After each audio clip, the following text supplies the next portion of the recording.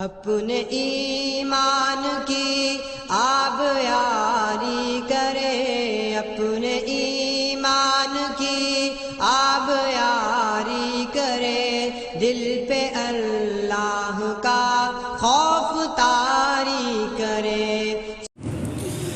السلام علیکم ورحمۃ اللہ وبرکاتہ۔ یا ربی لک الحمد کما ینبغی لجلال وجہک وعظیم سلطانک، اشہد ان لا الہ الا اللہ واشہد ان محمدا عبدہ ورسولہ صلی اللہ علیہ وسلم، اما بعد اعوذ باللہ السمیع العلیم من الشیطان الرجیم، من ہمزہ ونفخہ ونفثہ، بسم اللہ الرحمن الرحیم۔ کل کے سبق کے اندر اللہ رب العالمین نے اس بات کے متعلق ارشاد فرمایا تھا کہ کچھ لوگ مکہ کے اندر رہتے ہوئے یہ خواہش رکھتے تھے کہ ہم جہاد کریں، اور جب جہاد فرض ہو گیا تو پھر کہنے لگے اللہ نے ہمیں تھوڑا مہلت کیوں نہیں دی، تھوڑا انتظار کرنے کے بعد اللہ رب العالمین ہمارے اوپر جہاد کو فرض قرار دے دیتا۔ اللہ فرماتے ہیں تم اس لیے جہاد سے ذرا ڈرتے ہو کہ موت آ جائے گی، تو اللہ کہتے ہیں یہ دنیا جس کے اندر تم جی رہے ہو یہ تھوڑا سا فائدہ ہے، اور آخرت جو ہے وہ بہتر ہے۔ اور یہ بھی بات یاد رکھو، اگر جہاد سے موت کی وجہ سے تم بھاگتے ہو تو یہ بات یاد رکھو موت تو تمہیں آگے رہے گی، فی بروج مشیدہ، چاہے تم مضبوط قلعوں کے اندر کیوں نہ محفوظ ہو جاؤ تب بھی موت آ کر ہی رہے گی۔ اور پھر منافقین کے متعلق فرمایا جب کوئی اچھائی پہنچتی ہے تو کہتے ہیں اللہ کی طرف سے ہے، اور جب برائی پہنچتی ہے تو کہتے ہیں یہ محمد صلی اللہ علیہ وسلم کے ساتھی اور ان کی وجہ سے ہے۔ اللہ فرماتے ہیں سب کچھ اللہ ہی کی طرف سے ہے، لیکن یہ بات یاد رکھو کہ اچھائی جو ہے وہ اللہ کی طرف سے ہے، اور جو تمہارے اوپر مصیبت، تکلیف، پریشانی، آزمائش آتی ہے فَمِن نَفْسِكَ، تو یہ انسان کے اپنے ہی ہاتھوں کی ہوئی کمائی ہوتی ہے۔ وَأَرْسَلْنَاكَ لِلنَّاسِ رَسُولًا، اور ہم نے محمد صلی اللہ علیہ وسلم کو لوگوں کے لیے رسول بنا کے بھیجا ہے۔ وَكَفَى بِاللَّهِ شَهِيدًا، اور اللہ کافی ہے گواہی کے لحاظ سے، اللہ گواہ ہے، جو کچھ یہ عمل کرتے ہیں اللہ خوب جانتا ہے۔ آج کا جو سبق ہے وہ صفحہ نمبر 30 ہے اور آیت نمبر 80 ہے۔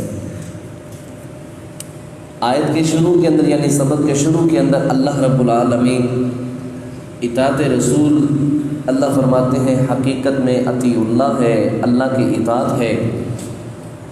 اور پھر منافقین کے متعلق بات کی کہ آپ کے پاس سے جب نکلتے ہیں تو وہاں جا کے پھر آپ کے خلاف وہاں گفتگو کرتے ہیں، رات گزارتے ہیں۔ اللہ رب العالمین آگے قرآن پاک کے متعلق بات کریں گے، مزید بات سبق کے اندر ہوگی۔ اللہ رب العالمین نے ارشاد فرمایا من یطیع الرسول، جو کوئی اطاعت کرے رسول صلی اللہ علیہ وسلم کی، فقد اطاع اللہ، تو اس نے حقیقت میں اطاعت کی اللہ کی۔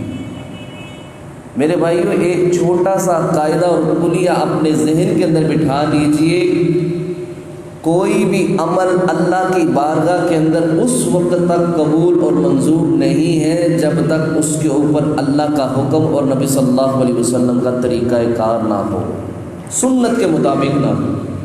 چھوٹی سی مثال ہے، مغرب کی 3 رکعتیں ہیں، 3 رکعتیں ہی پڑھیں گے ثواب ملے گا، 4 پڑھیں گے تو ثواب نہیں ملے گا۔ بے شمار ایسے عمل ہیں، بے شمار ایسی باتیں ہیں، بے شمار ایسے معاملات ہیں جہاں یہ بات ہم کہتے ہیں کہ اگر یہ کام کیا تو معاملہ خراب ہو جائے گا۔ اسی طرح میرے بھائیوں کلہم، جتنی بھی شریعت کے اندر چیزیں ہیں، احکام ہیں، مسائل ہیں، اعمال ہیں، جو کچھ بھی ہیں، نماز سے لے کے روزے تک، روزے سے لے کے حج، عمرہ، قربانی، جہاد، کلہم خوشی اور غمی کے سارے معاملات جب تک اللہ اور اس کے رسول کی اطاعت کے مطابق نہیں ہوں گے تو ہمیں اس چیز کا ذرہ برابر بھی فائدہ اور عمل کا ثواب نہیں ملے گا۔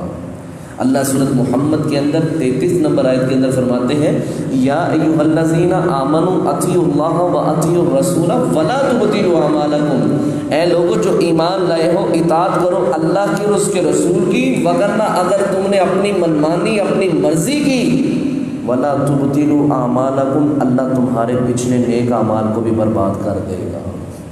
اتنی سخت وعید ہے، لیکن آج ہم بالکل اس معاملے میں سوچتے بھی نہیں کہ میں جو عمل کرنے لگا ہوں کیا نبی علیہ السلام نے اس طرح عمل کیا ہے کہ نہیں کیا، دین اسلام ہماری کیا رہنمائی کرتا ہے، بس جس طرح عمل کرتے آ رہے ہیں دیکھا ہے اسی طرح ہی کرتے جا رہے ہیں۔ حذیفہ بن یمان رضی اللہ تعالیٰ عنہ مسجد کے اندر بیٹھے ہوئے تھے، ایک بندہ آیا، اس نے جلدی سے نماز پڑھی اور نماز پڑھنے کے بعد جانے لگا۔ حضرت حذیفہ بن یمان رضی اللہ تعالیٰ عنہ نے نبی علیہ الصلوۃ والسلام کے رازدان نے پاس بٹھا لیا اور کہا اللہ کے بندے آپ کو یہ نماز پڑھتے ہوئے کتنی دیر ہو گئی ہے؟ کہنے لگا یہ نماز پڑھتے ہوئے مجھے 40 سال ہو گئے ہیں۔ 40 سال، اور کم و بیش اس انسان کی عمر تقریباً 60 سال تو بنتی ہے نا، 60 سال کا تو ہو گئی۔ کہنے لگا 40 سال سے میں اسی طرح نماز پڑھ رہا ہوں۔ حضرت حذیفہ بن یمان رضی اللہ تعالیٰ عنہ کہنے لگے اللہ کے بندے اگر تو اسی طرح نماز پڑھتے ہوئے اس دنیا سے چلا گیا تو جنت کے اندر داخل نہیں ہوگا، تیری موت نبی اسلام کے دین کے اوپر نہیں آئے گی۔ آج ہم نے کبھی غور کیا میں نماز کیسی پڑھتا ہوں؟ میرا ہاتھ باندھنے کا انداز، میرے رکوع کرنے کا انداز، میرا سجدہ کرنے کا انداز، میرا حج، میرا عمرہ، میرے زکوٰۃ نکالنے کا طریقہ۔ نبی علیہ الصلوۃ والسلام فرماتے ہیں، صحیح بخاری کے اندر حدیث ہے، نبی علیہ الصلوۃ والسلام سوئے ہوئے تھے، آپ صلی اللہ علیہ وسلم کے پاس کچھ فرشتے آئے، انہوں نے آپس میں بات چیت کرنا شروع کر دی۔ کہنے لگے یہ محمد صلی اللہ علیہ وسلم تو سوئے ہوئے ہیں، بعض کہنے لگے نہیں یہ سوئے تو ہوئے ہیں، ان کی آنکھیں بند ہیں لیکن ان کا دل جاگ رہا ہے۔ سارے کہنے لگے چلو ٹھیک ہے۔ اب دونوں کے اندر ایک بات چیت چل پڑی، کہنے لگے چلو تم ان کی ایک مثال بیان کرو۔ ان کا مثال کیا؟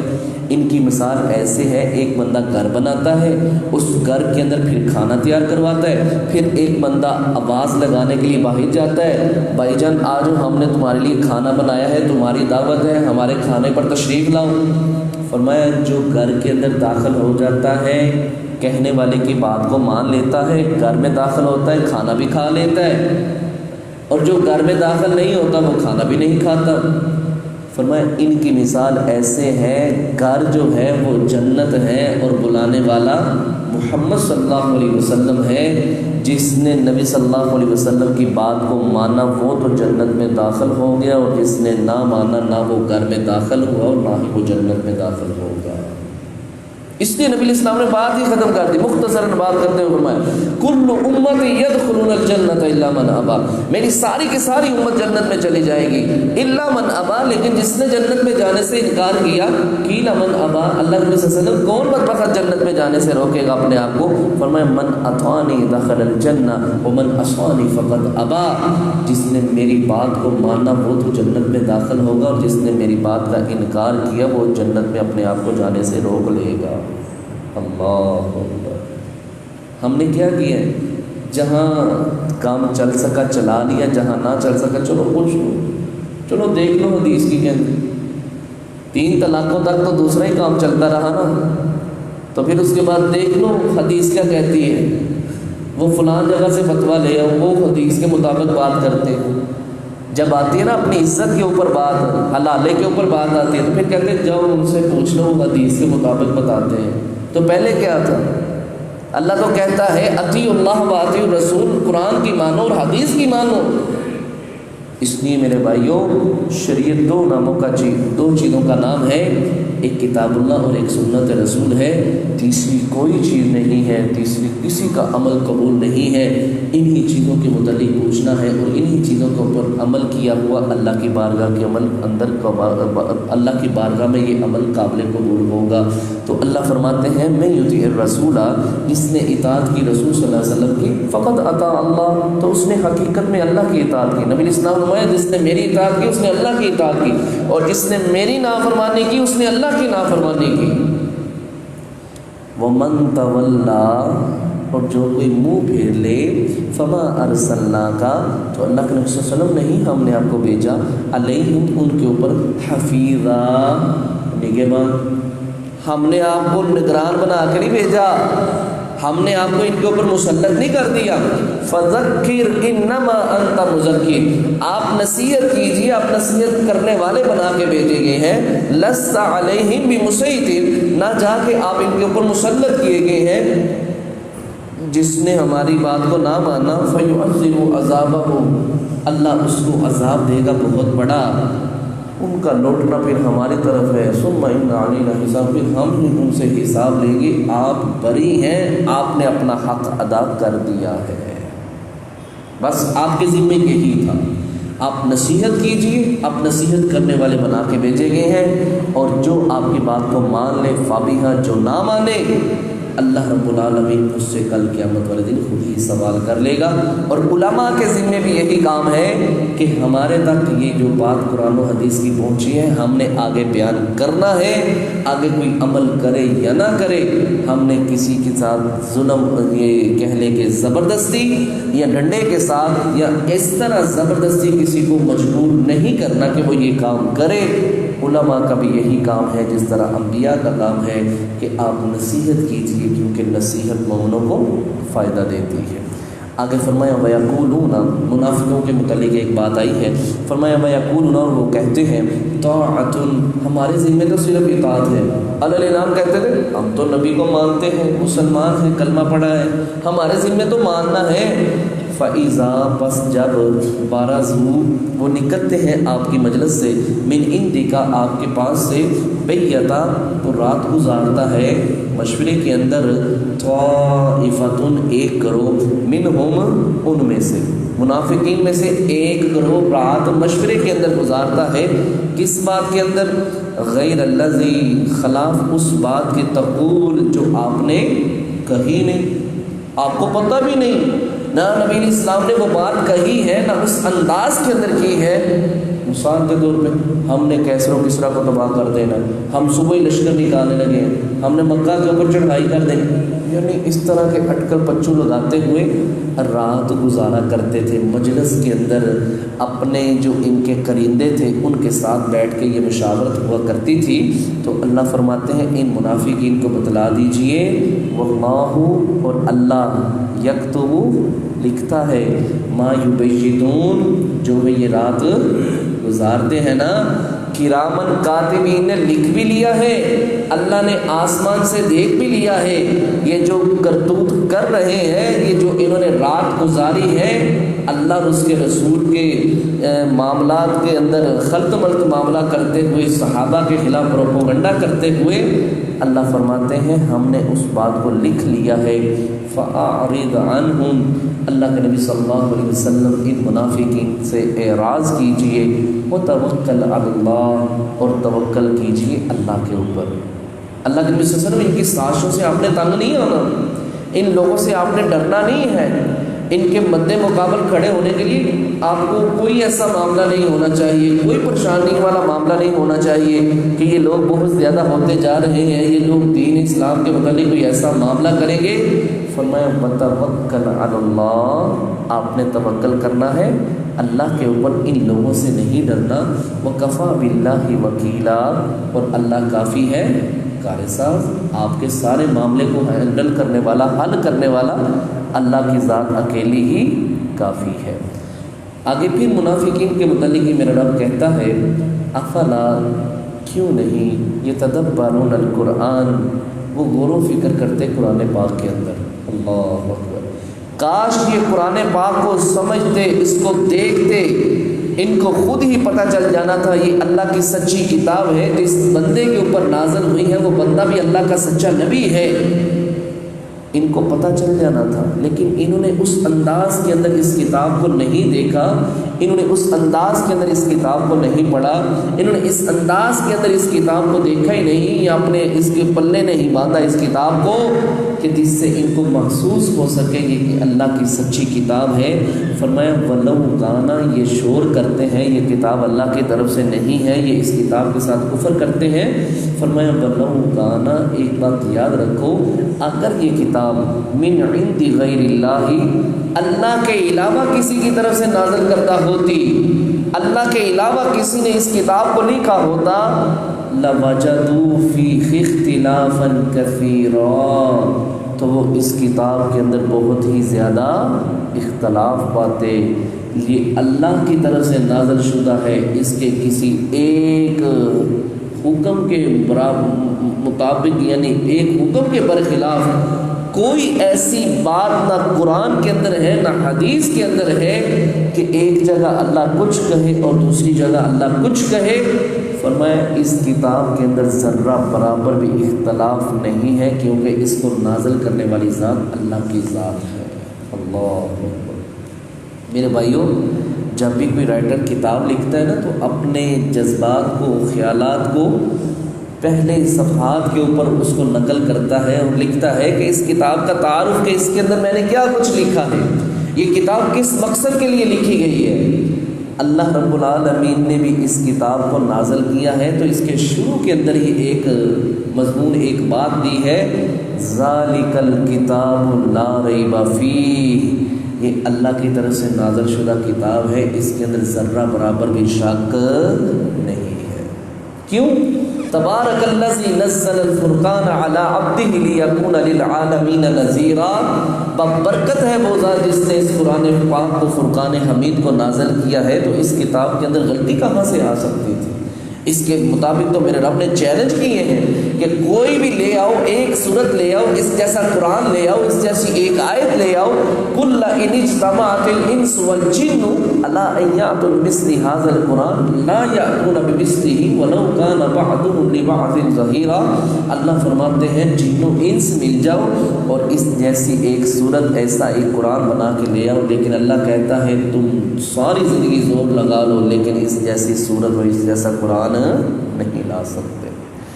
تو یہاں ایک لفظ استعمال ہوا ہے فیہ اختلافا کثیرا، تو بہت زیادہ تم اختلاف پاتے۔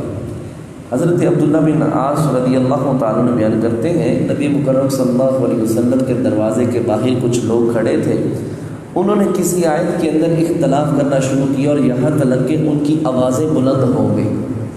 نبی مکرم صلی اللہ علیہ وسلم گھر سے باہر تشریف لائے اور فرمایا لوگوں چپ کر جاؤ، خاموش ہو جاؤ، کیا کر رہے ہو؟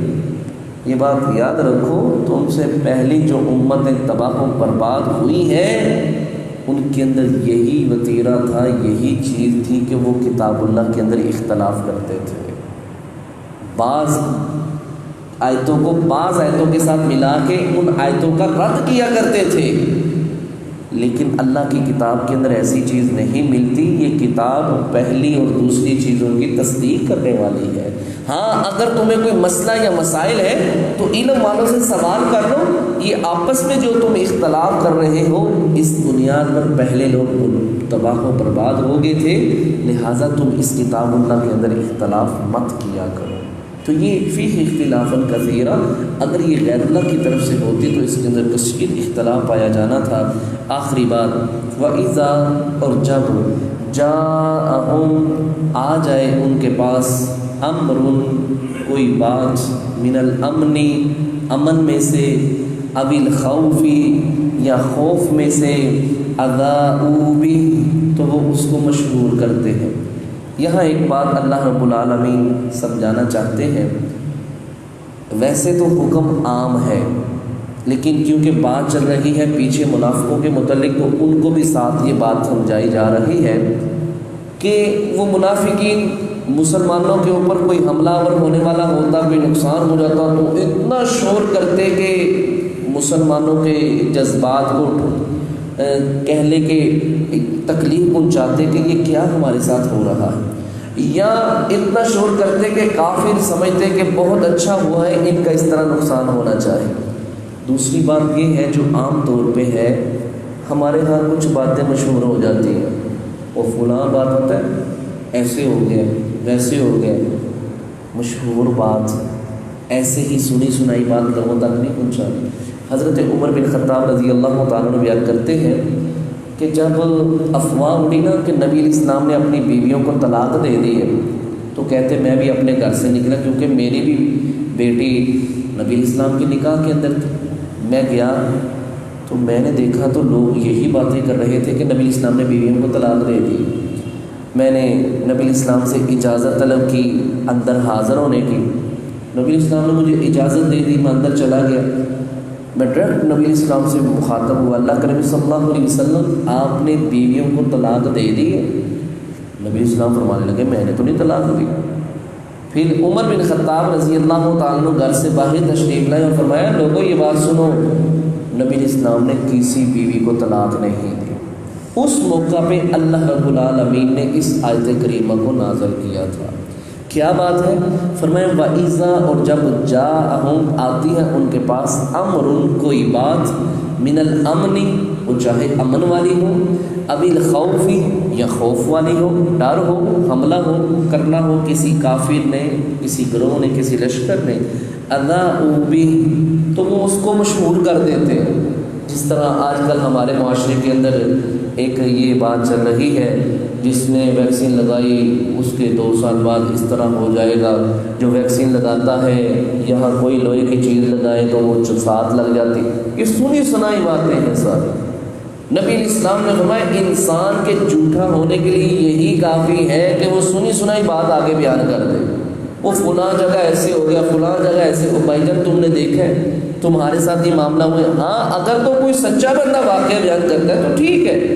اللہ کہتے ہیں وَلَوْ رُدُّوهُ، اگر وہ اس کو لٹا دیتے إِلَى الرَّسُولِ، رسول صلی اللہ علیہ وسلم کی طرف، وَإِلَى أُولِي الْأَمْرِ، یا امراء کی طرف، بڑے لوگوں کی طرف جن کا یہ کام ہے، جن کی تحقیق کرنا ہے، جس طرح ہماری پولیس ہے یا اور محکمے ہیں، وہ چیک کریں کہ یہ معاملہ اس طرح ہوا ہے، اس طرح بات ہوئی ہے، اس طرح کوئی کام سر انجام ہوا ہے.